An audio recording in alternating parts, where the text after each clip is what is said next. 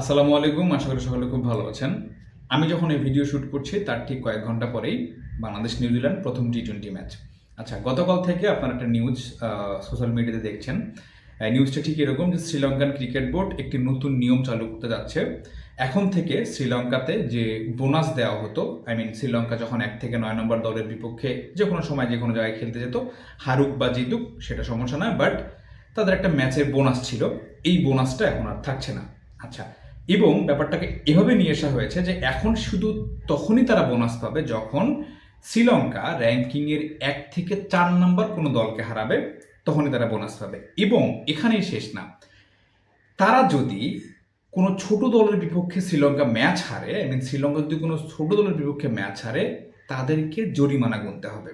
এবং এই ব্যাপারটা তারা একদম ক্লিয়ারলি জানাইছে, এবং এইটা নিয়ে অনেক তর্ক আছে, অনেক বিতর্ক আছে, বাট আমি ব্যক্তিগত জায়গা থেকে ব্যাপারটাকে ফুললি অ্যাপ্রিসিয়েট করি। আমি গত কিছুদিন আগে একটা ভিডিওতে বলেছিলাম, যখন আমাদের সম্মানিত বোর্ড প্রধান ক্ষমতায় আসার পরপরই ক্রিকেটারদের বেতন বাড়াই দিলেন, তখন আমি একটা কথা বলছিলাম যে ক্রিকেটারদের বেতন কেন বাড়াইলেন? তাদের নতুন অ্যাচিভমেন্ট কিছু হয়েছে কি? তারা কোনো বৈশ্বিক টুর্নামেন্টে ভালো কিছু করেছে কি? না। তাহলে বেতন কেন বাড়াইলেন? শ্রীলঙ্কার আজকে এই উদ্যোগটাতে আমি পার্সোনালি সাধুবাদ জানাই। এবং এই যে শ্রীলঙ্কার বোনাস সিস্টেমটা, এটা আবার ডিভাইডেড করা, তার মানে আপনি শুধুমাত্র যে 1 থেকে 4 দলের বিপক্ষে জিতলেই বোনাস পাবেন সেরকম না। আপনি যদি অ্যাওয়েতে থাকেন, ম্যাচটা যদি অ্যাওয়ে ম্যাচ হয়, লাইক আপনি অস্ট্রেলিয়ায় খেলতে গেছেন, শ্রীলঙ্কা অস্ট্রেলিয়ায় খেলতে গেছে, সেক্ষেত্রে বোনাস একরকম হবে। আবার যদি অস্ট্রেলিয়া শ্রীলঙ্কায় খেলতে আসে, হোম ম্যাচ হয়, সেক্ষেত্রে আবার বোনাসটা অন্যরকম হবে। বুঝতে পারছেন? So, এই স্ট্রাকচারটা জোস।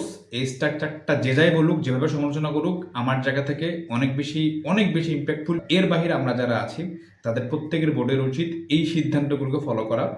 আজকে বাংলাদেশ নিউজিল্যান্ড প্রথম টি-20, আশা করি ম্যাচ ভালো হবে। আশা করি আজকে আমরা জিতব। ধন্যবাদ।